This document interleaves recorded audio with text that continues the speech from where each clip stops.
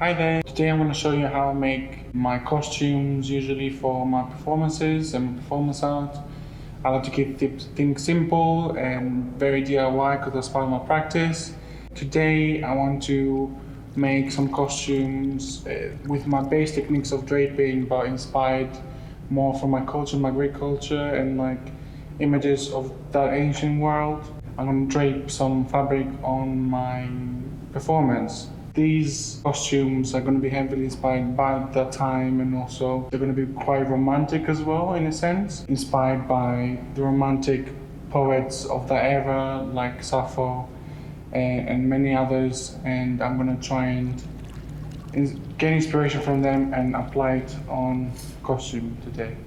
What I usually do first is I just take a block of fabric and I try to find the key points of the body that will hold the body together without much movement. Usually what I do is I pin two points here and I try to leave as much as drape to go down, so later on when I add detail I can cover them up obviously, but also create more dimension. If I cover them up now, I won't have a lot of fabric on my hands to finish the garment. So what I usually do too is I'll do a third one on the back just so it's more stable. So creating a really good base to then add more layers of draping on the garment. Then what I do is I try to create the second base, which is trying to cover up the body properly. I focus on the front now and try and find drapes on the fabric that will look nice on my first base. So it could be here, for example, so create a nice fold and dimension and make it very sculptural as well, so it comes out and makes shapes. So there's one there. Then I'll try and do another one, picking more fabric from the bottom. Usually I sew in by hand the costumes, but since I have performers here with me, I do want them so it fits them perfectly and it's less time consuming. It seems quite flat, so I'm going to try and add more dimension here. And the more fabric you have, the better. I always try to find fabrics that are not used anymore by anyone, or try to recycle because it's best and it's usually more abundant. I have loads of it. Or sometimes I piece different spare fabrics together to make a big sheet and just go to town. So you see I've started to create some more dimension. I will go in and add more detail on the pleats to make them seem a bit more together and try and extend the fabric outwards.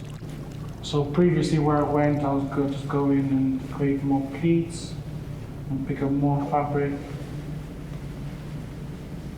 So you make like nice, weird, folded shapes over here.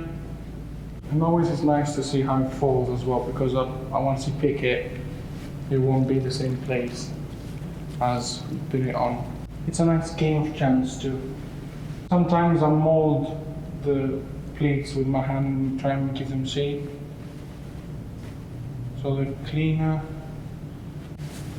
You can pick up some more and maybe hide some of the pins as well.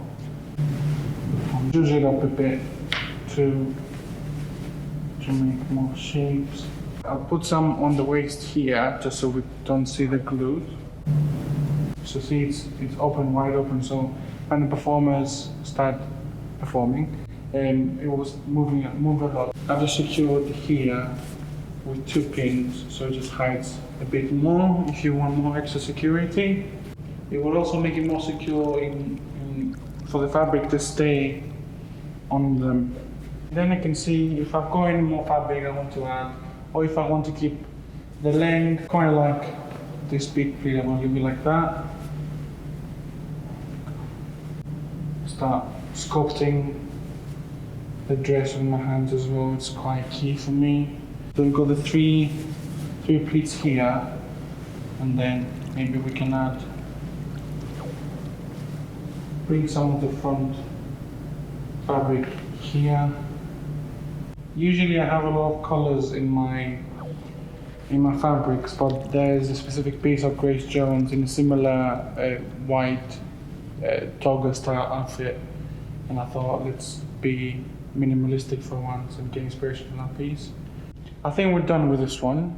The key to remember is to try and make a flat 2D sheet of fabric into 3D. So add volume to the body and to create dimension and different layers.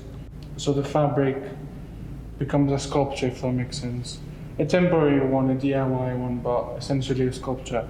And that's it for the tutorial. This is how I do it most of the time. And I love it because it's quick, easy, and can change from time to time. And thanks for watching.